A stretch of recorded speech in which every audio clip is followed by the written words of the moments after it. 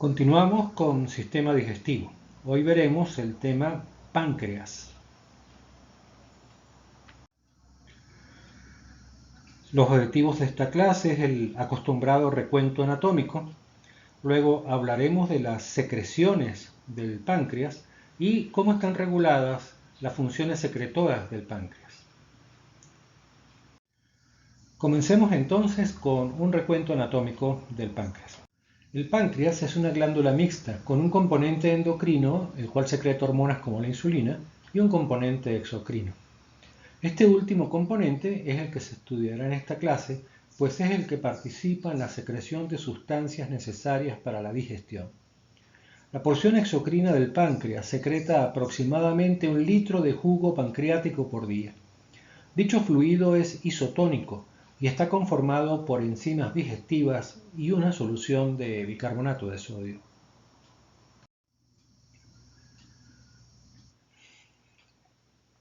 Y el páncreas es una glándula anexa del sistema digestivo fundamental para el proceso de digestión.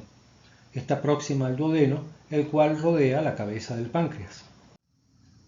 Al igual que las glándulas salivales, el páncreas se divide en lóbulos pequeños que drenan por un único conducto intralobular.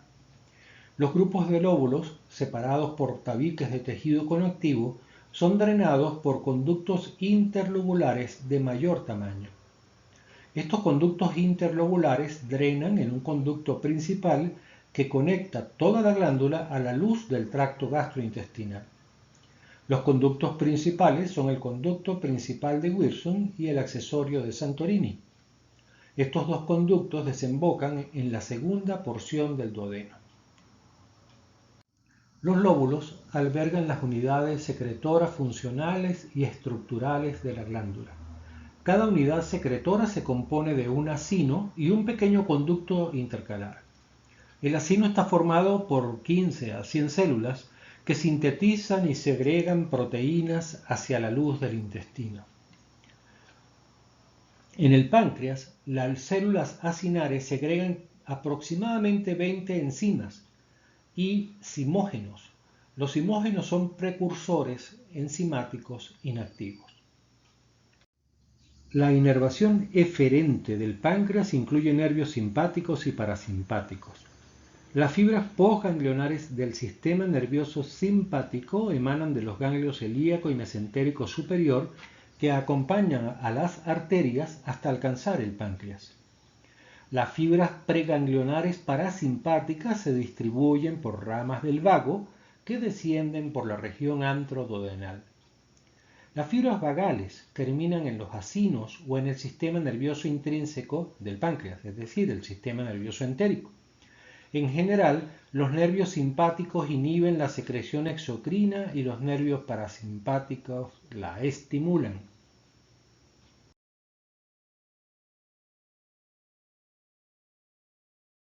Los acinos secretan todas las enzimas y zimógenos digestivos del jugo pancreático, en tanto que las células de los conductos excretores, es decir, las células ductales, secretan una solución acuosa de bicarbonato de sodio. Veremos primero la secreción enzimática realizada por los acinos pancreáticos. El páncreas exocrino tiene la mayor tasa diaria de síntesis proteica de cualquier órgano del cuerpo. 1 litro de jugo pancreático puede contener de 10 a 100 gramos de proteína que ingresan al intestino cada día. Las células acinares pancreáticas sintetizan y secretan enzimas importantes para la digestión de los 3 tipos de nutrientes. Las proteasas son liberadas como zimógenos, es decir, como precursores enzimáticos, y otras enzimas son liberadas como tal, como enzimas. Proteínas, lípidos y carbohidratos son entonces metabolizados por las proteínas, por enzimas proteolíticas como el tripsinógeno, el quimiotripsinógeno y la procarboxipeptidasa. Las lipasas, la lipasa pancreática, la esterasa y la fosfolipasa, que como su nombre lo indica, actúan sobre lípidos.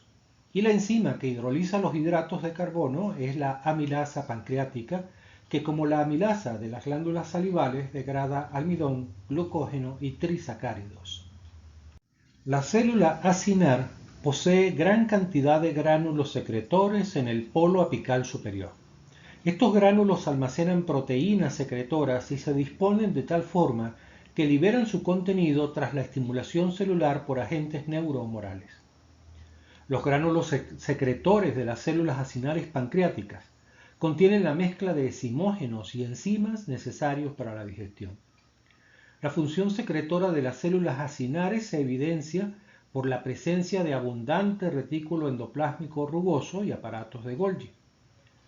Para explicar la síntesis de estos zimógenos y enzimas debemos recapitular el proceso de síntesis de proteínas secretoras. Veamos. El retículo endoplásmico rugoso es el punto de origen común para las proteínas secretadas y de membrana de la célula.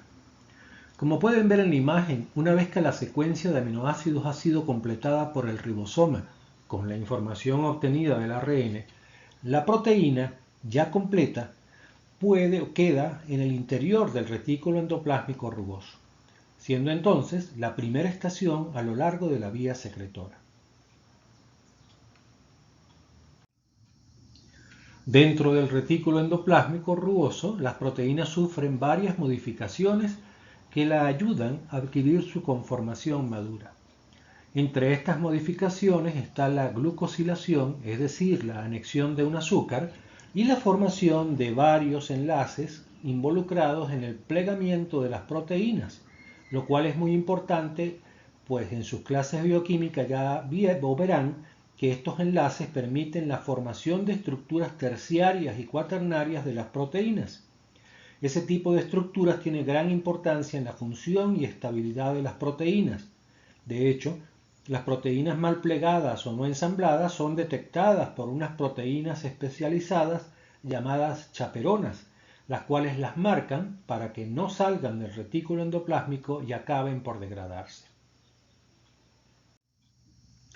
La salida de las proteínas desde el retículo endoplásmico es un proceso organizado de forma estricta.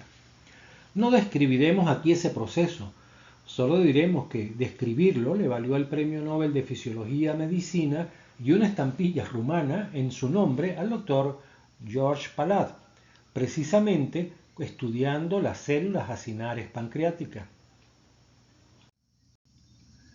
Las proteínas salen del retículo endoplásmico rugoso en unas vesículas transportadoras y se fusionan con una cisterna del aparato de Golgi. Desde esta primera cisterna del aparato de Golgi, las vesículas de transporte llevan las proteínas recién sintetizadas a través de cada cisterna de Golgi, de forma ordenada hasta llegar a la última. Ahora, las proteínas pasan a unas vesículas o gránulos secretores. Si estas vesículas se unen espontáneamente a la membrana, se dice que han seguido la vía constitutiva. Si lo hacen según señales hormonales o neurales, siguen la vía regulada.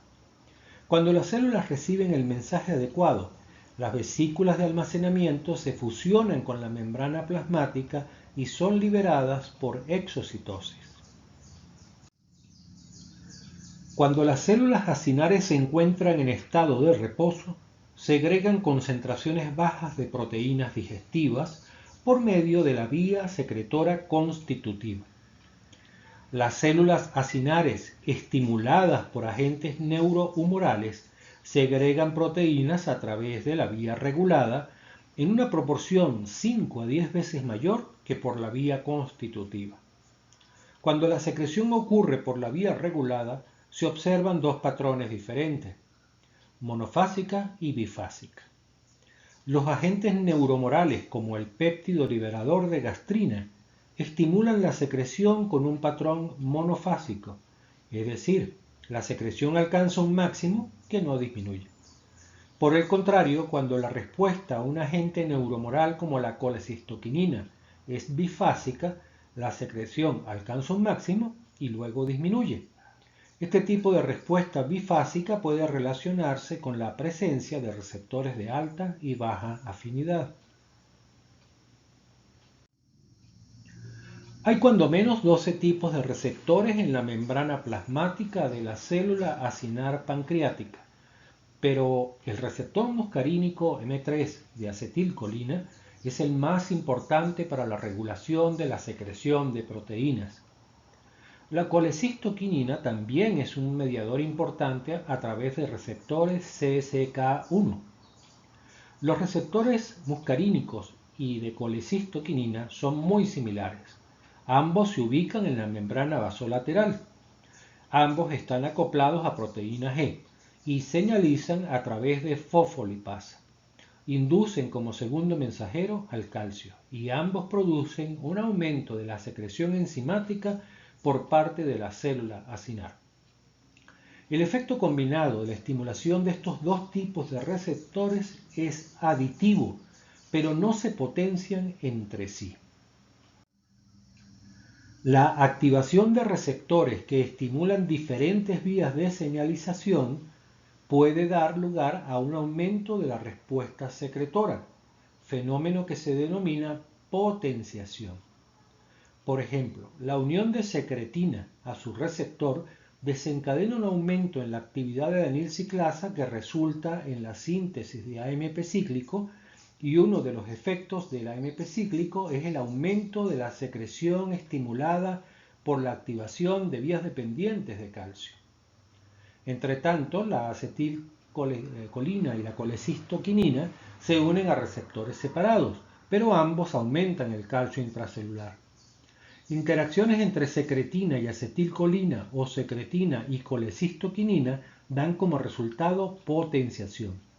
Pero el efecto de combinar colecistoquinina y acetilcolina, que utilizan iguales vías intracelulares de señalización, solo tienen un efecto aditivo.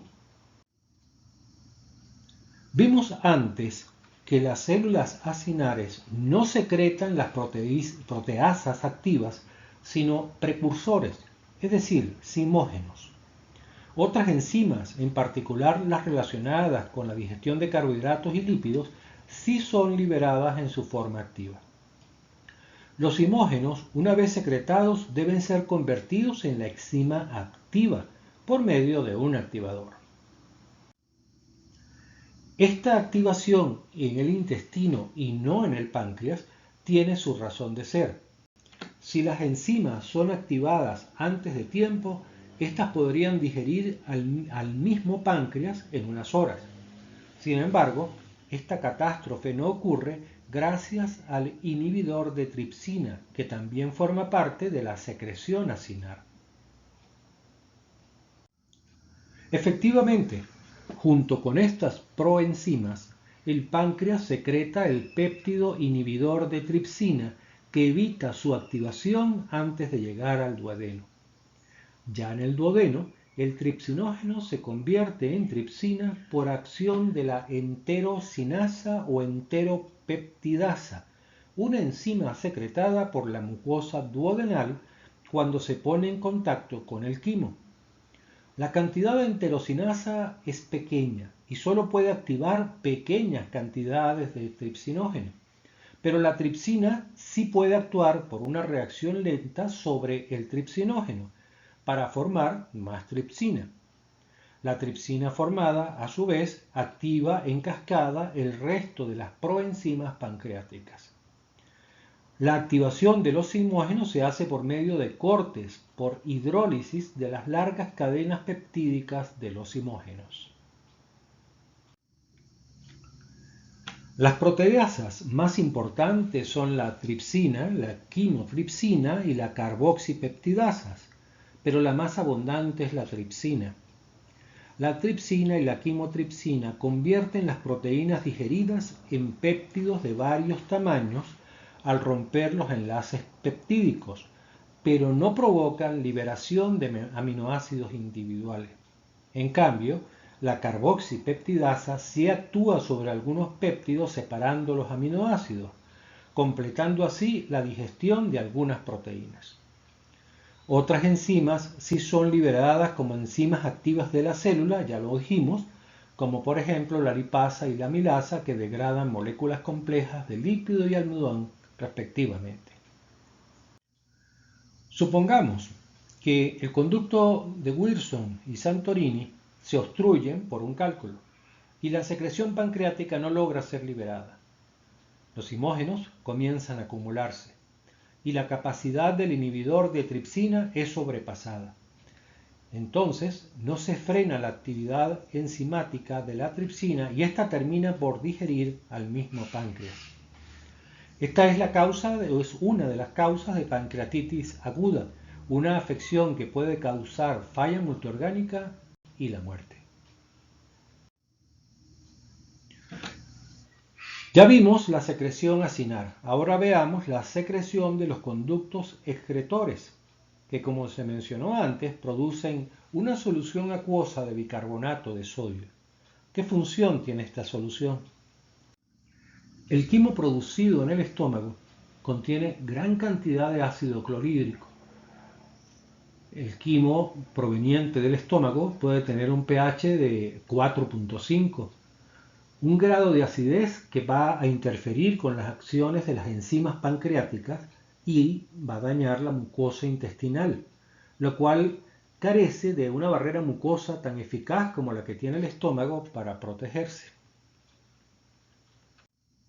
El ácido clorhídrico y el bicarbonato de sodio producido por las células ductales reaccionan, dejando como producto cloruro de sodio y ácido carbónico. Este último se disocia en agua y dióxido de carbono.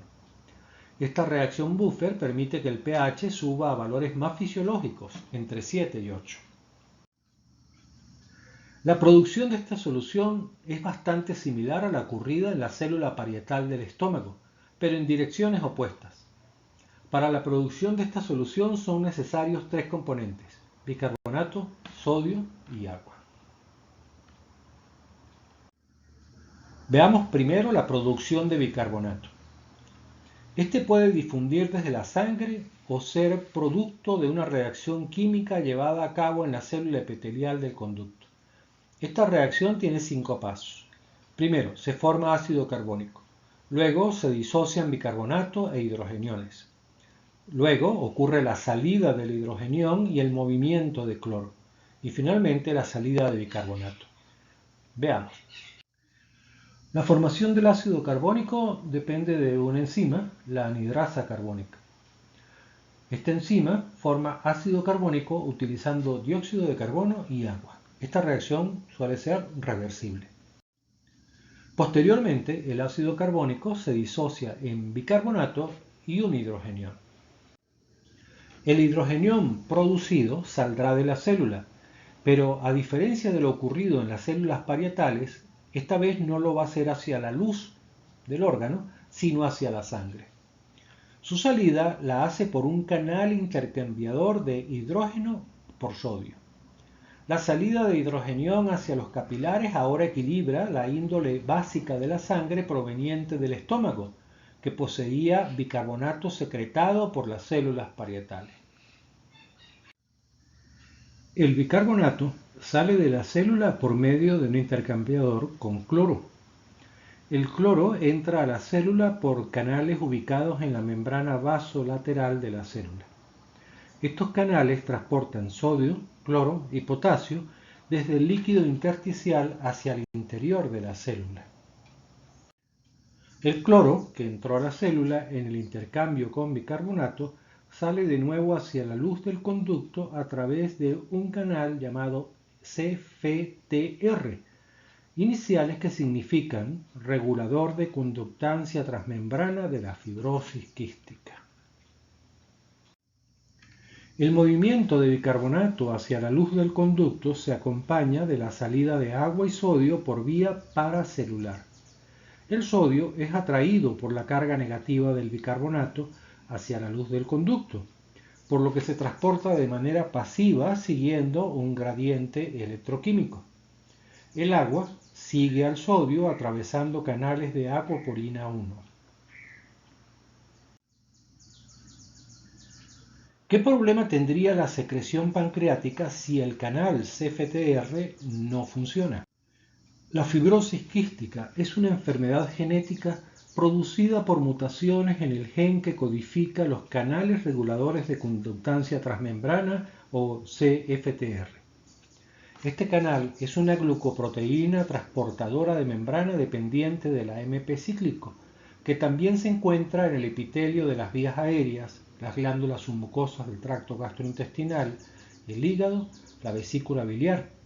De allí que la enfermedad se manifieste en las glándulas sudoríparas, en el aparato respiratorio, en el páncreas, en el sistema hepatobiliar. El canal CFTR defectuoso impide el movimiento de cloro hacia afuera de la célula. Al no haber cloro para intercambiarse con el bicarbonato, este último no sale de la célula y por lo tanto tampoco arrastra sodio y agua, de manera que la solución acuosa de bicarbonato de sodio no se forma, mientras que la secreción de moco continúa. Se forma entonces un denso moco que tapona los conductos más pequeños y no permite que la secreción llegue al intestino. La fibrosis quística se manifiesta en su forma clásica y más habitual por enfermedad pulmonar obstructiva crónica debido al acúmulo de las secreciones espesas en las vías respiratorias, insuficiencia pancreática exocrina y elevación del cloro en sudor. Esta última característica se utiliza para el diagnóstico. La concentración iónica del jugo pancreático es similar a la del plasma, excepto por el bicarbonato y el cloro. En este gráfico se puede observar en el eje vertical las concentraciones y en el eje horizontal está mostrada la cantidad de mililitros de secreción por minuto. Observen que cuando la secreción de jugo pancreático es mínima, sus concentraciones de electrolitos son similares a las del plasma.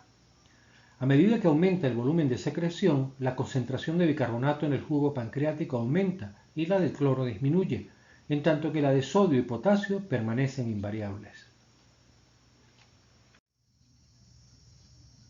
La secretina es el regulador más importante de la secreción ductal de bicarbonato. Actúa estimulando el canal de CFTR apical y el cotransportador sodio-bicarbonato vasolateral, sin afectar el intercambio de sodio-hidrogeniones. La secreción de bicarbonato también es regulada por inervación vagal. La acetilcolina actúa a través de receptores muscarínicos en la célula ductal. Regulación de la secreción pancreática. La fase en la que se alcanza la máxima secreción pancreática es la fase intestinal, mediada por colecistoquinina, secretina y reflejos enteropancreáticos. Tal y como ocurre con la secreción gástrica, la secreción pancreática también tiene tres fases. Cuando pensamos, vemos, olemos o saboreamos la comida, la información captada va a la corteza y a la amígdala cerebral, así como al hipotálamo. La señal llega hasta el núcleo dorsal del vago, en el tallo cerebral.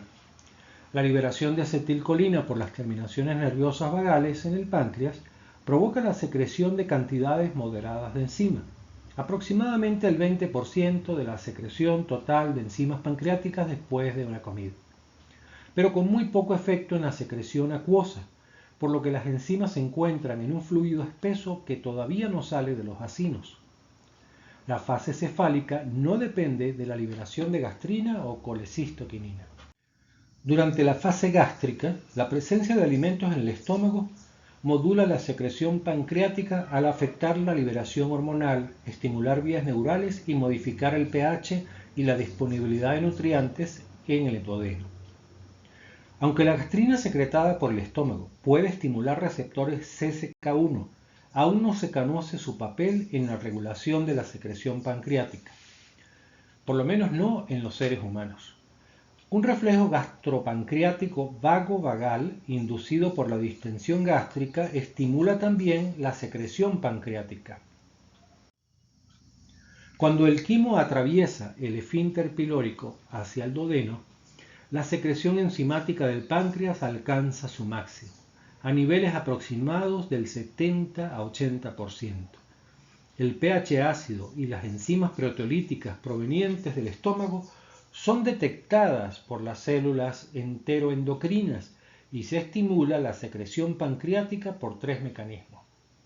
En primer lugar, las células S duodenales liberan secretina, la cual estimula a las células ductales para que segreguen una solución rica en bicarbonato. Este mecanismo se activa cuando el pH duodenal es menor de 4.5. El segundo mecanismo lo desencadenan los lípidos y peptonas que estimulan a las células I duodenales para que liberen colecistoquinina, la cual estimula la liberación de enzimas digestivas por parte de las células acinales. Los mismos estímulos que actúan sobre las células I activan el tercer mecanismo, un reflejo enteropancreático vago-vagal que estimula las células acinales. Vemos entonces que la colecistoquinina actuará sobre los acinos promoviendo la secreción de enzimas digestivas y la secretina sobre las células epiteliales de los conductos excretores para promover la secreción de bicarbonato de sodio.